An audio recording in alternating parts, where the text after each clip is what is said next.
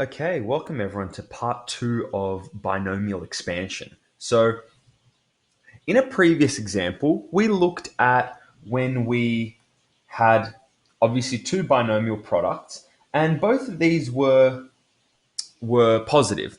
Now, in a similar way to our algebraic expansion videos, we're going to look at the effect of this thing here. Why this negative sign is important and how we can approach this differently once we look at our area approach like we did in the previous video. So once again, I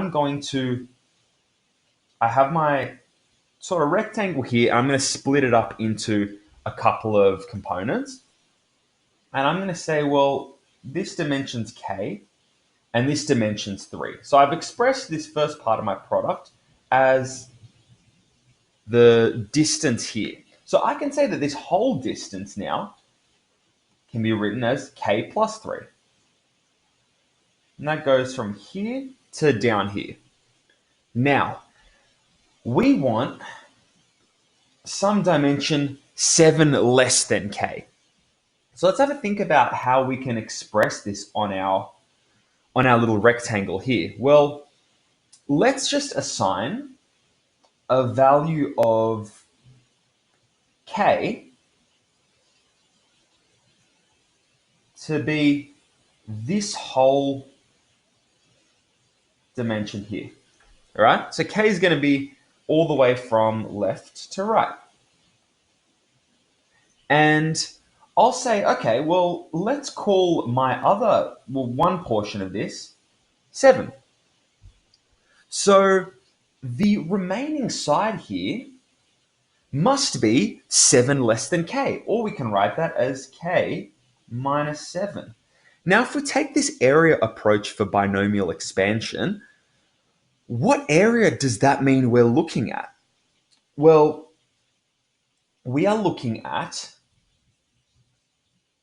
our k plus 3, our dimension here, multiplied by our k minus 7.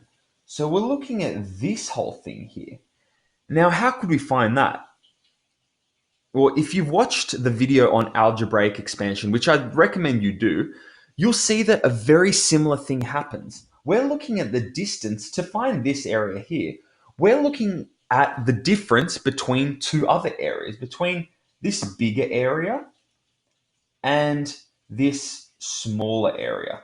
And if I subtract the smaller from the bigger, I'm going to get left with this one here. So let's take a look at how we'd approach this. So let's once again do what we've done. Let's kind of look at these entire areas. So I'm going to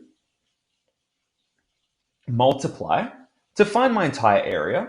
I should rephrase, to find my big area first. I'm actually going to write this down. So big area.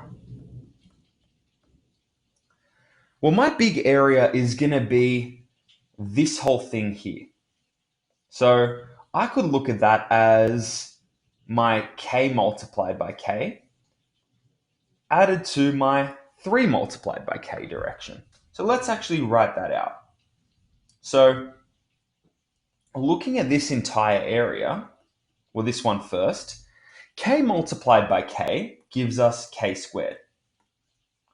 So this whole thing here is k squared.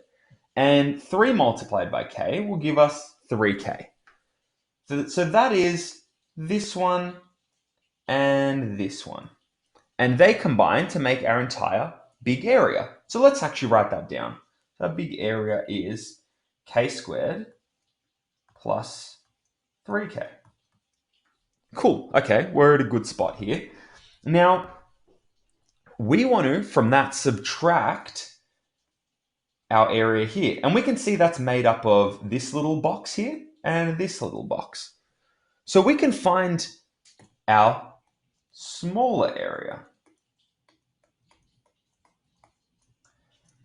And here we're going to get, well, my area here is going to be 3 multiplied by 7. So that will give me, let's pick another color. That'll give me 21 there. And I also have k multiplied by 7 to give me this area.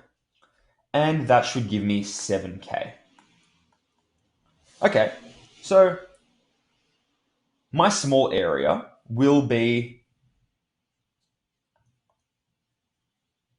21 plus 7k. Cool. Okay. Now, to find my product of k plus 3 and k minus 7, I'm going to be looking for this thing, just to refresh your memory. So that's going to require me to subtract, well, take my big area, and from that, I'm going to subtract my small area.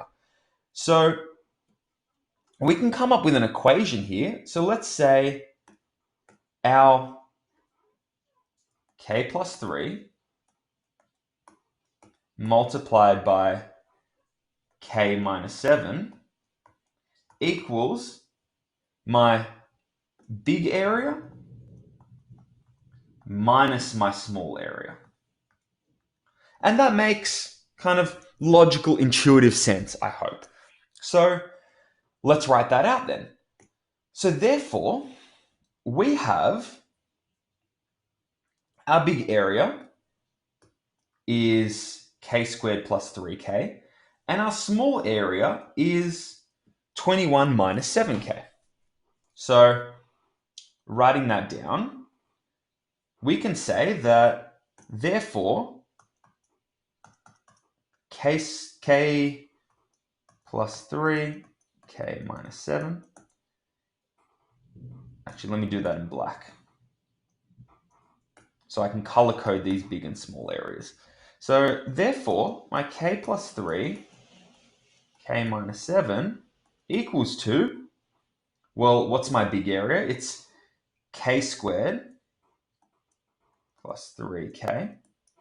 And from that, I'm subtracting and it's important I leave this in brackets because I'm subtracting the total sum of these two. So I have 21 plus 7k. Okay. Now, if I was going to lay all of this out, I can then say, well, this is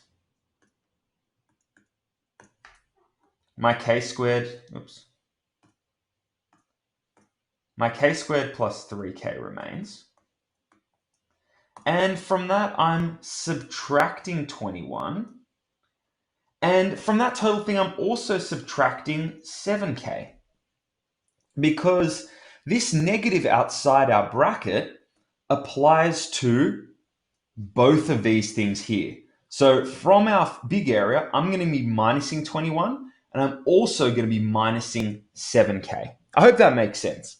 Now, here we have two like terms. We have a positive 3k and a negative 7k. So therefore, the answer to my binomial product will be k squared, and positive 3k minus 7k, we get negative 4k. And from that, we have negative 21. Now, let's see if this worked the same way as the expansion procedure in our previous example. Well, this is what we ended up with here. So let's look, did the same thing happen? Well, k squared we got from multiplying k by k. Our negative 7k we got from multiplying k by negative 7. Our positive 3k we got multiplying 3 by k.